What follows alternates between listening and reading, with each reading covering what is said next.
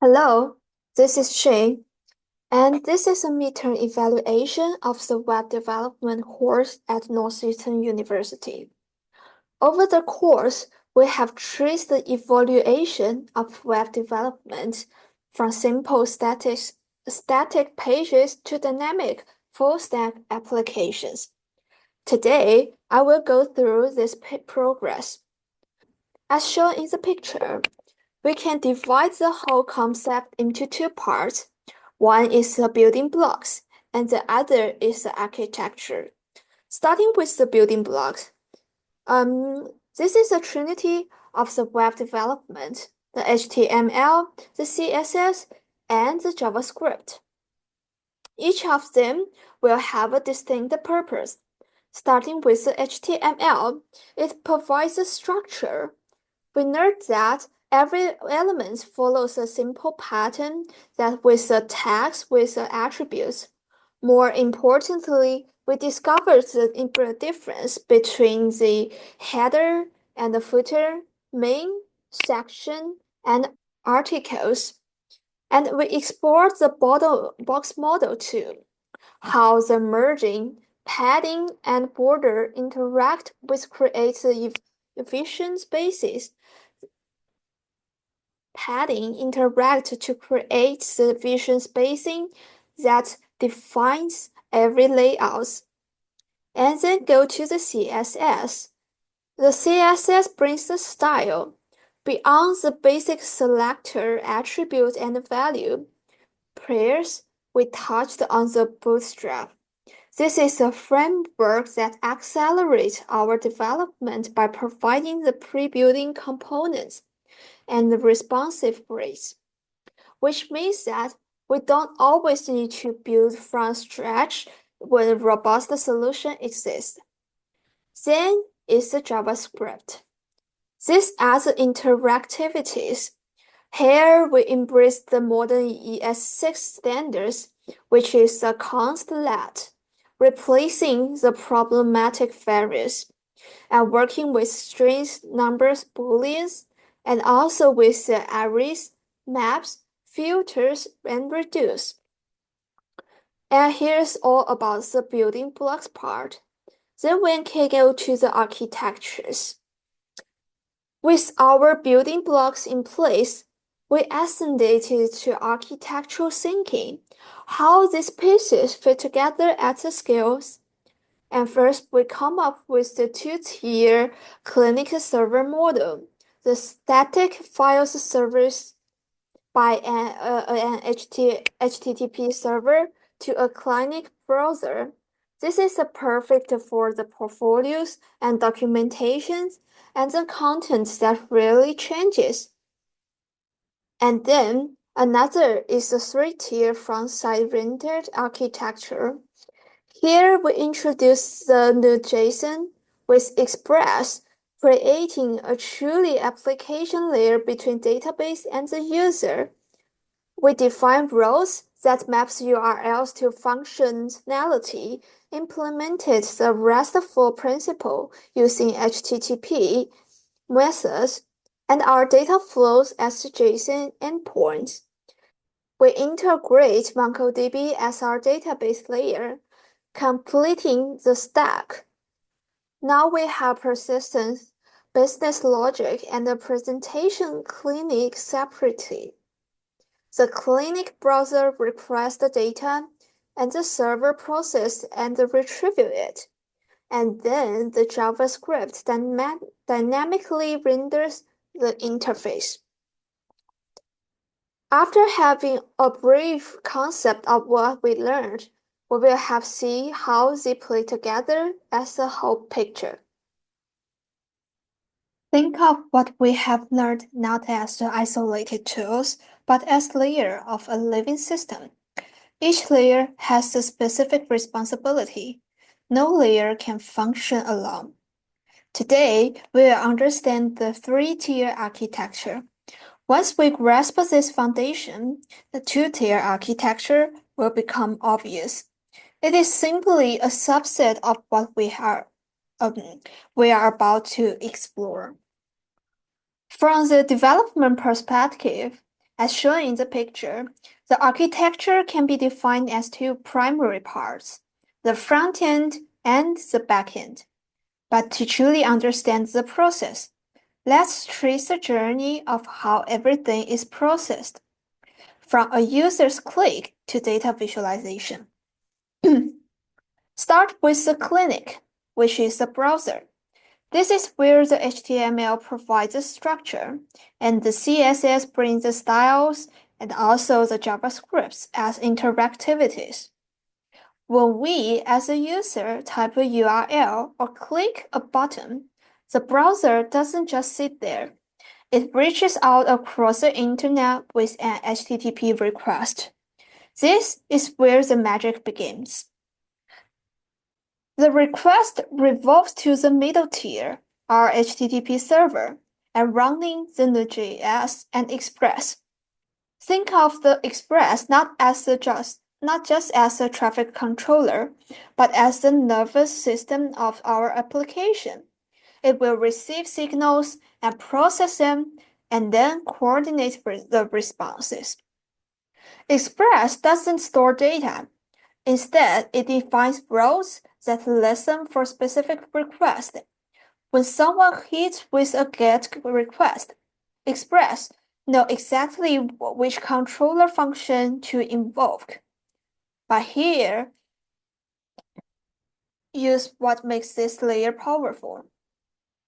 Before reaching to the route handler, the request passes through a chain of middleware.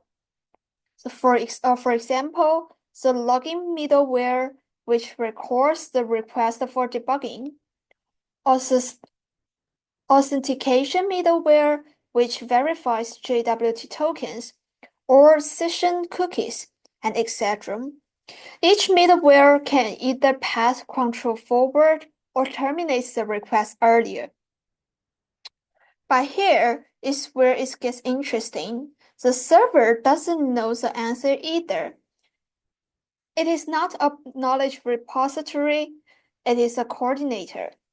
It needs to ask the data tier to our MongoDB database. The server constructs a query using Mongoose, sends it to the MongoDB, and wait. The database searches its collections and logs to the tables in relational database, finds the matching documents, and sends them back to as a JSON. And now look at the return journey. MongoDB will return the raw data. It is just a JSON object. Express receives this, transforms it, and packages it into an HTTP response with appropriate state codes. That response travels back across the network to the browser. But we may notice that the browser doesn't just display the JSON.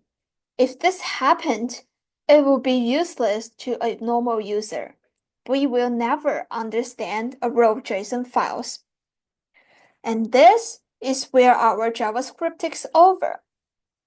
The front-end code parses that JSON, loops through the data array, dynamically generates HTML elements using DOM, and injects them into the page with smooth transitions, and finally updates stage to reflect the new data. The user will see a beautiful interactive list, never know about the complex choreography that just happened in milliseconds. And this is how the whole process works. And notice the verbs we use. It's the get to retrieve, a post to create, and the put to update, and the delete to remove. This is not arbitrary. It is RESTful architecture, a convention that makes our API predictable and scalable. When we design roads, we are using a universal language that every developer understands. So it will improve the efficiency when we work as a group and makes our APIs self-documentation. And with this concept, we achieve an organized project structure. This is not just about the cleanliness, it's about the separation of concerns, testability, and team scalability. In the picture, we can have a see of an sample structure. There will be two files of the project, the front end and also the back end, which is the developer's perspective.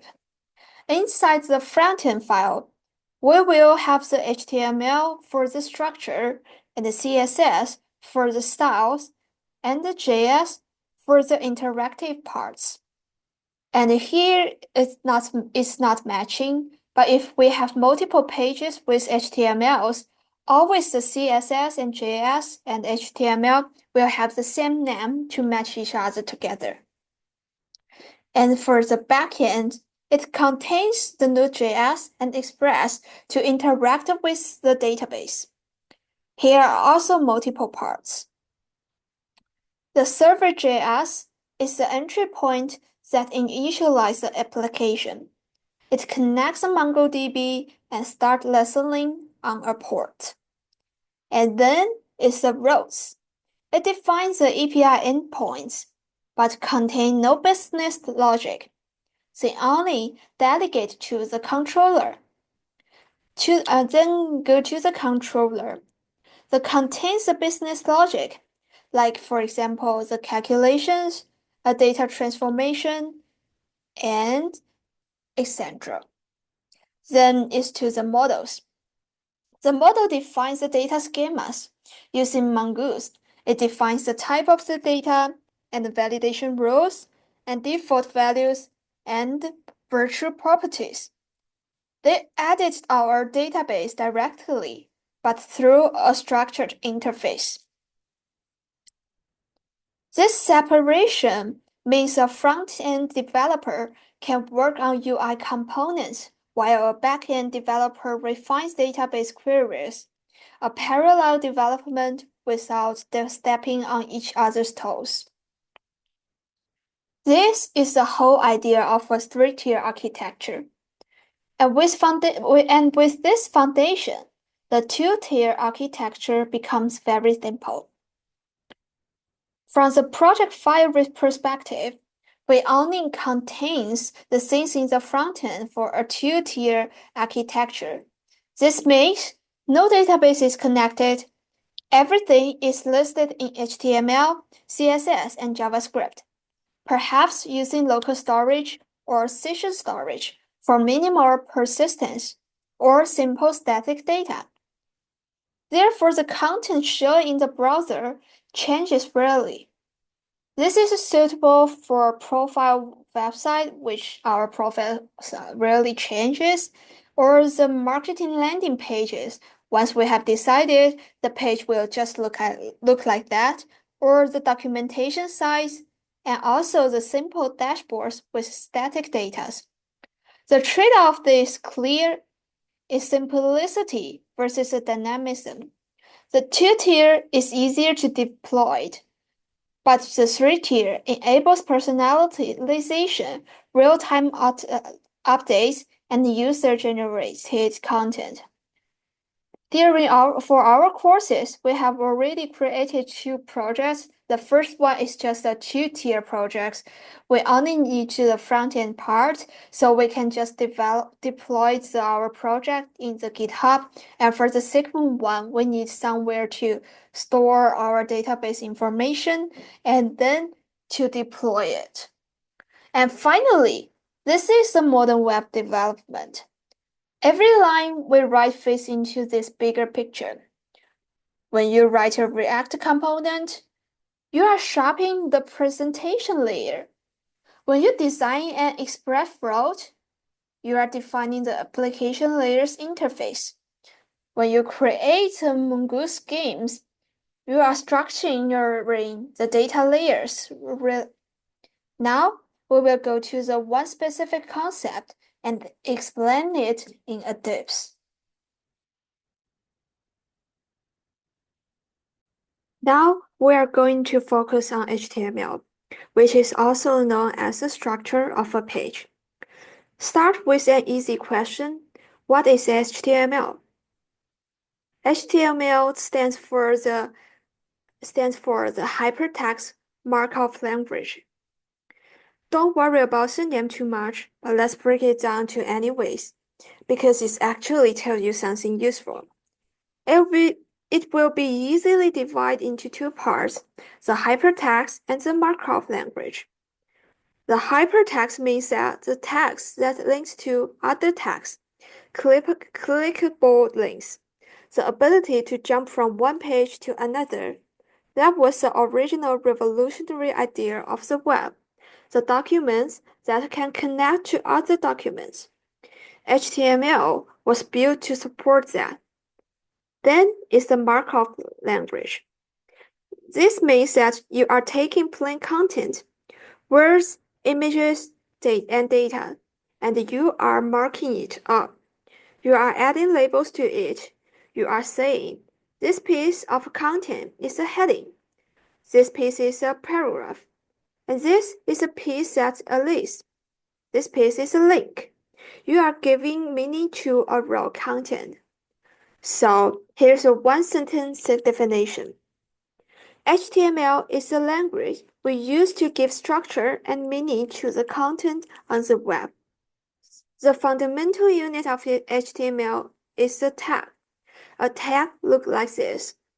You have an opening tag, which P, and a closing tag, a dash P, and your content sits between. Together, the opening tag, the content, and the closing tag form what we call an element. The P elements, the paragraph elements. Most elements follow this pattern, but some elements don't have any content. They stand alone. They call these void elements or self-closing elements. For example, here, an image doesn't wrap around the content. It is the content. A link break doesn't contain anything. These elements just exist by themselves. Think of attributes set as the settings of an element. The tag defines what it is. The attributes defines how it behaves or what it points to. And every single HTML page, from a simple personal blog to Amazon or to Netflix, it follows the same basic skeleton as shown in the picture. First is the doc type, HTML. This is not actually an HTML tag. It is a declaration. It tells the browser what follows is a modern HTML5 document. You write it once at every top, and you never touch it again. It's just a handshake with the browser. Then is the HTML in. This is the root element. Every single thing on your page lives inside this tag. Nothing exists outside. The len equals to n attributes tell the browser that the page is written in English. It's important for accessibilities. Then is the head. This section contains information about the page, not content the user sees on the screen, but the metadata. The title of the browser tag. It links to the CSS style sheet, characters encoding setting, and descriptions for the search engine. Think of the head as the backstage of a theater. The audience never see it, but everything depends on it. Then is the body. This is where everything the user sees lives, and every heading, paragraph, image, button, form, or video, all of this lives inside the body. This is a stage. Everything in head was a backstage, and now we are in front of the audience. This skeleton is not negotiable. Whenever you start a new HTML5, this is your starting point. And then it's here.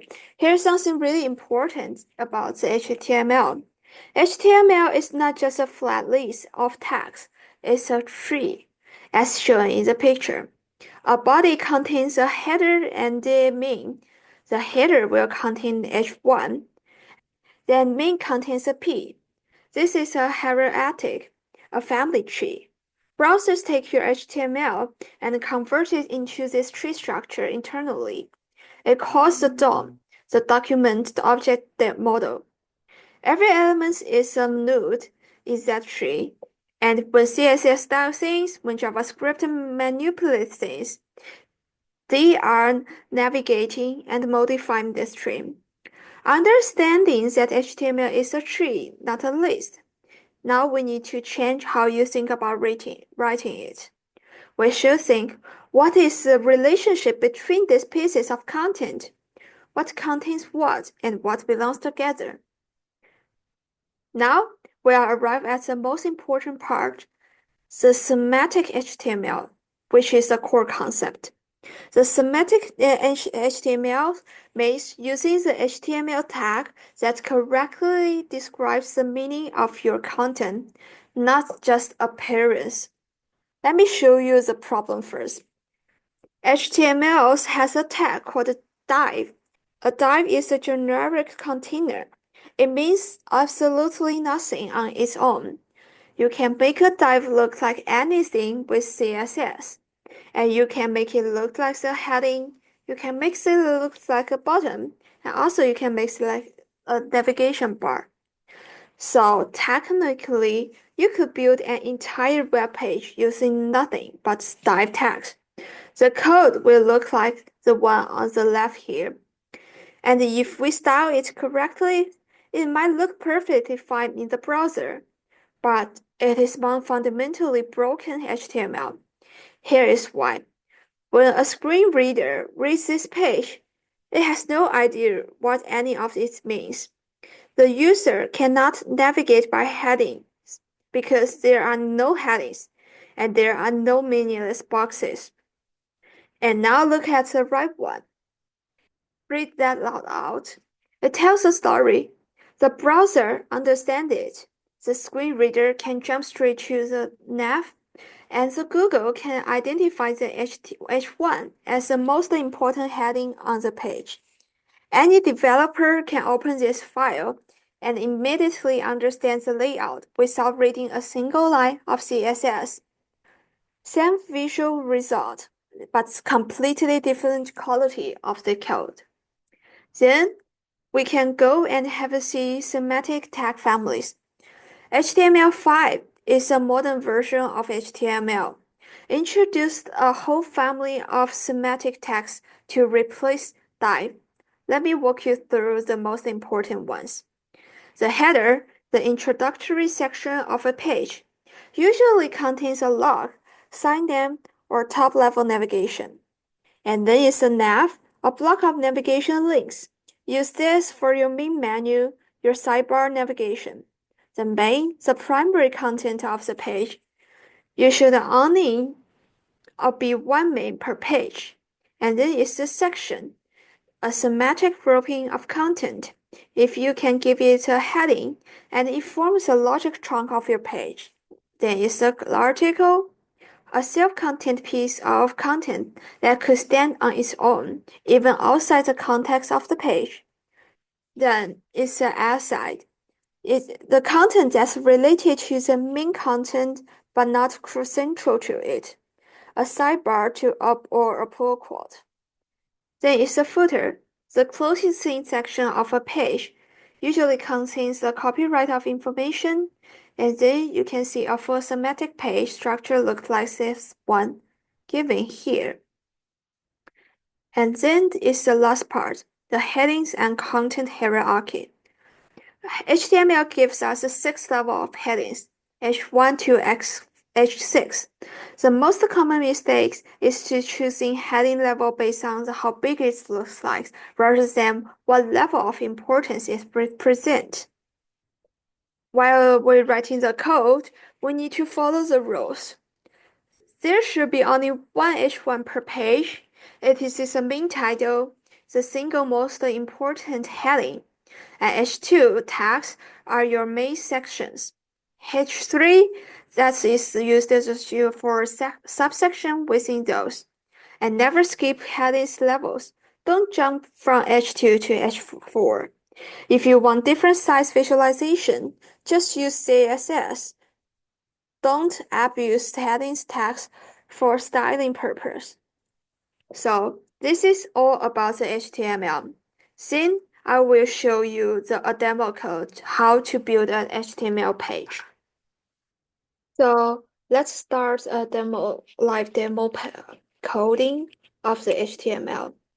Starting with, we are using the VS Code for our coding.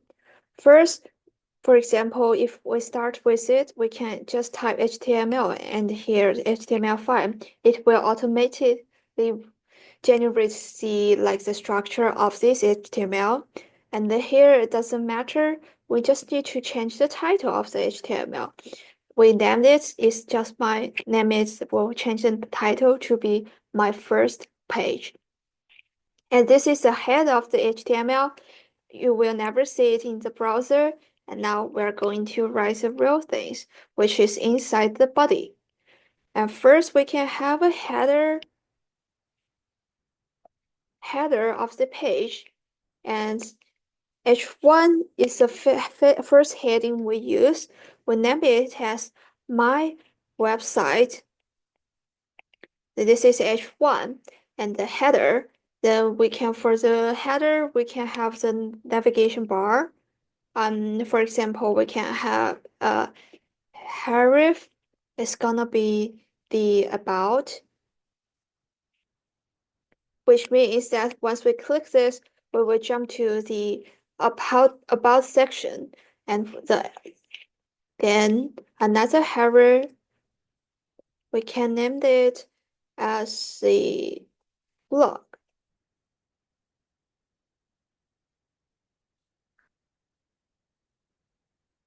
Then this is our navigation bar, and then we can go to the main body. The first section with this mentioned is gonna be the about. And using H2 for the heading of this section, we can call the heading name about me. The paragraph we can see here. Hello. This is Shane's homepage. And this is for this first section. Then for the second section, it's gonna be the blog. And also it has a heading of this section. We call it the latest post. And since we said this is a post, we can use the article tag to create an individual card for this section. And for the subsection, we will use a new heading H3, which is my first HTML page. Then the paragraph for it, today.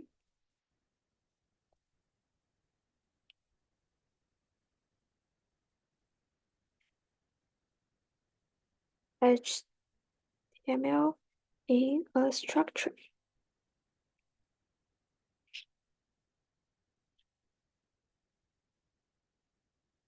This is an article. And once we have finished with this, and then this is the whole main body of the content, and then we can have the footer. The footer has a paragraph is that this website is created by Shane. Yeah, then we can save it, then run our code. Here we see the HTML page, about and blog and everything. This is the footer. That's all about the HTML.